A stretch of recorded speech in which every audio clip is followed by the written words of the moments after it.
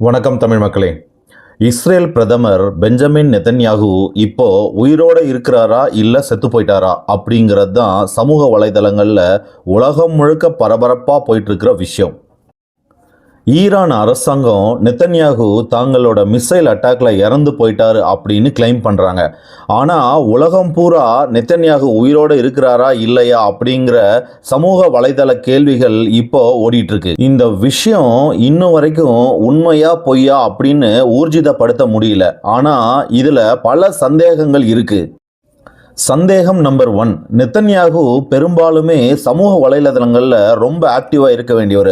ஒரு நாளைக்கு பல ட்வீட்ஸ் போடுவார். ஆனால் கடந்த ஒரு வாரமாக அவர்கிட்டேருந்து சரிவர ட்வீட்டுகள் இல்லை.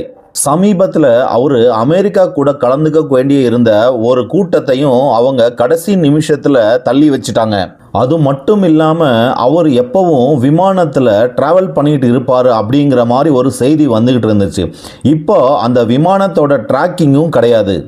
2 நாளைக்கு முன்னாடி பிரதமர் நெதன்யாகு அவர் ஒரு பேட்டி கொடுத்திருந்தாரு. அந்த பேட்டியை சமூக வலைதளங்களில் பார்த்த சில பேர் அது ஒரு ஏஐ ஜெனரேட்டட் பேட்டி அப்படின்னும் அதனால அவர் உயிரோடு இருக்க வாய்ப்பு இல்லை அப்படின்னும் சில பேர் சொல்கிறாங்க.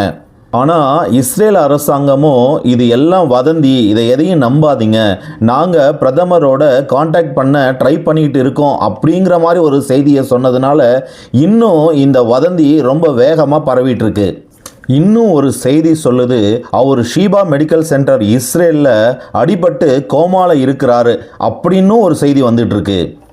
இந்த விஷயங்கள் எல்லாம் உண்மையாக இருக்கும் பட்சத்தில் இஸ்ரேல் நாட்டு பிரதமர் நெதன்யாகு அவர்களை ஈரான் தங்களுடைய பதில் தாக்குதல் மூலமா கொன்னு பழி வாங்கிட்டாங்க அப்படின்னு அர்த்தம்.